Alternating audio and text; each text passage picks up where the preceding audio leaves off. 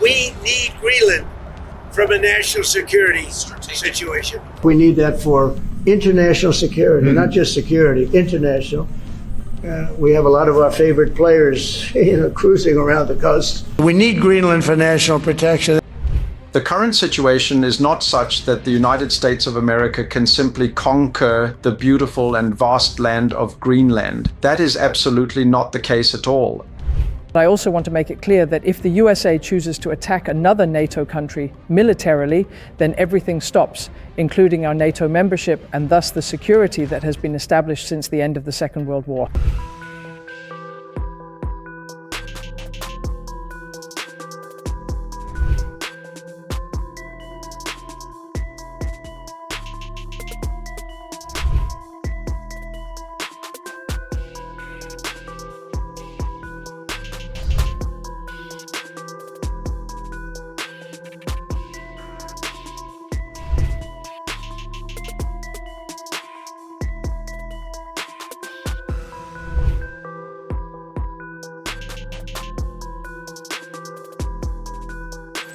A covert late-night raid by U.S. forces in Caracas to capture Venezuelan leader Nicolas Maduro and his wife in the early hours of January 3rd shocked the world, while also triggering heightened unease in Denmark and Greenland, the semi-autonomous Danish territory that falls under NATO's umbrella. But what does Trump's Venezuela invasion have to do with Greenland? Why is Greenland feeling a lump in its throat? Well, it has every reason to be uneasy. For several months now, the U.S. president and top officials in his administration have repeatedly floated the idea of the semi-autonomous Danish territory being absorbed as part of the United States.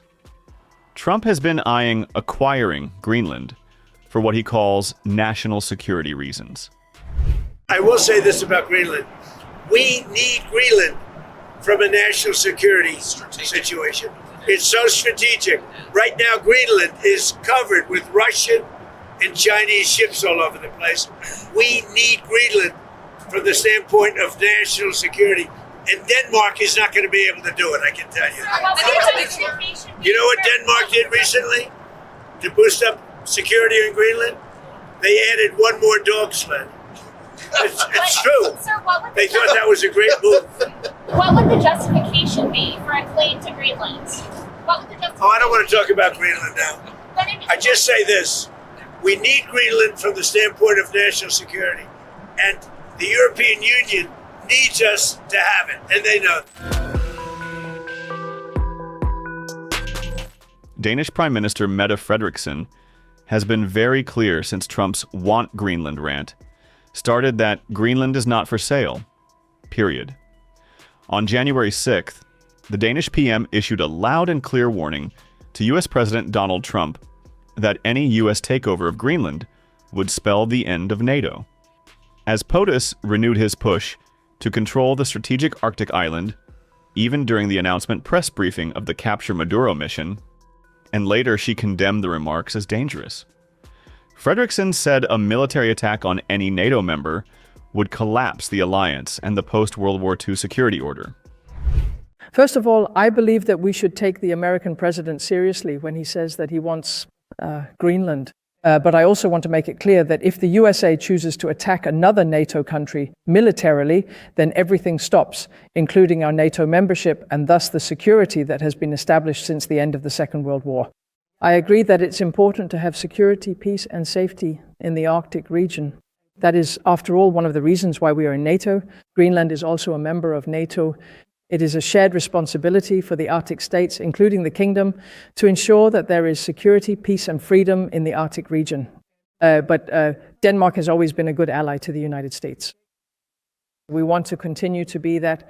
But I also have to object to some of the things being said by the American side. And of course, we will not accept a situation where we in Greenland are threatened in this way. Greenland's leader said enough is enough, as Denmark's European allies stressed that the Arctic island's future must be decided by its own people, pushing back against renewed comments by U.S. President Donald Trump about taking control of the vast territory. No more pressure. No more hints. No more fantasies about annexation. Greenland's prime minister's loud and clear message to the American president. The United States of America took over Venezuela within a mere few hours, and Greenland is an even easier target than Venezuela. What do you truly think about that particular assertion? First of all, I have to say that our country is absolutely not the kind of nation to compare with Venezuela, a nation that has faced significant political and economic turmoil. In stark contrast, we have a country that is fundamentally democratic, a nation that has proudly maintained its democratic principles and institutions for a great many decades, consistently upholding the values of freedom and self-governance. And if we take a moment to truly look at the broader, bigger picture, I can certainly understand that some individuals and groups are genuinely concerned about the potential implications or future developments, but it's crucial to consider the full context. But the ongoing cooperation and the significantly intensified collaboration that we are actively pursuing right now means that we very much want to fully restore the extensive and productive previous cooperation we had with the United States of America, especially within the framework of the excellent and mutually beneficial cooperation we have historically had, to diligently work to bring it completely back between us once again. The current situation is not such that the United States of America can simply conquer the beautiful and vast land of Greenland. That is absolutely not the case at all. Therefore, we should not panic unnecessarily. We urgently need to restore the good and productive cooperation we have historically had. We are actively exploring all available possibilities, and we are carefully assessing the entire situation right now. Post-Trump's outrageous demand for Greenland control, European leaders voiced solidarity with Denmark and Greenland. Only Greenland and Denmark should decide the future of Greenland. Prime Minister Sir Keir Starmer went against ally US and rallied for Greenland. The future of Greenland is for Greenland and the Kingdom of Denmark, and for Greenland and the future of Denmark only. And Denmark is a very close ally of the UK, both in Europe and in NATO, and it's very important that we're clear about the principles applicable to here. Greenland and the Kingdom of Denmark must determine the future of Greenland and nobody else. Support for Denmark extended well beyond the UK Prime Minister, with leaders across Europe rallying together to issue a joint statement after Trump's threat to seize Danish territory. European officials stressed that security in the Arctic must be achieved collectively, in conjunction with NATO allies, including the United States, underscoring a unified front on regional defense. During a scheduled media briefing, journalists pressed the European Commission after President Trump claimed the EU needs the United States to have Greenland, just a day after launching a deadly attack on Venezuela and abducting its leader, Maduro. At the briefing, the spokesperson said they were unaware of any such discussions with U.S. representatives. The Commission avoided directly contradicting Trump, but stressed Greenland's autonomy and sovereignty. Could I just ask you one specific phrase that President Trump used when he was talking to reporters on Air Force One? He said, of Greenland, the EU needs us to have it, and they know that. So are you able to say, just for the record, that President Trump is mistaken or he's misinterpreted what the Commission's position is on that? We heard those statements. I'm not informed about any discussion with the US by our representatives on this issue. Yes. I mean, are you able to say that that's incorrect, where he says the EU needs us to have it and they know that? That's simply not the case, is it? Again, there is Greenland has its autonomy, and of course, each country may be very interesting from many points of view, but that shouldn't trigger any interest beyond possible, for instance, business interests, investments, etc. Nothing going beyond that. Yes, please.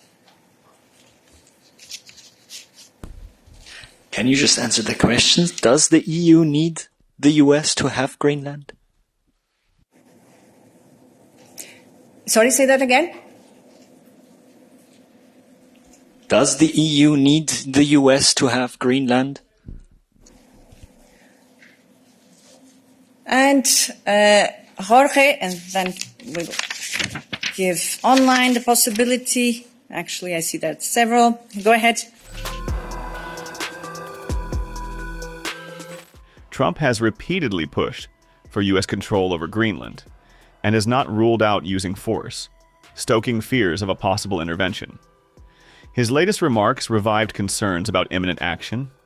He told reporters, "Let's talk about Greenland in 20 days," which deepened the fear. Do you expect to take an action against Greenland? Well, I don't want to talk about Greenland. Let's talk about Venezuela, Russia, Ukraine. We'll worry about Greenland in about 2 months. Let's talk about Greenland in 20 days. Greenlanders and Danes were further angered over the weekend by a social media post shared after the raid by former Trump administration official turned podcaster Katie Miller. The post featured a stylized map of Greenland in U.S. flag colors with the caption, "Soon." The U.S. operates Patuxent Space Base in northwest Greenland under a 1951 defense pact, supporting U.S. and NATO missile warning, defense, and space surveillance. U.S.-Denmark military cooperation is long-standing, with Denmark purchasing American F-35 fighter jets. In 2024, Denmark's parliament approved a law allowing U.S. military bases on Danish soil. Critics argue the move. Expanding a 2023 agreement with the Biden administration undermines Danish sovereignty.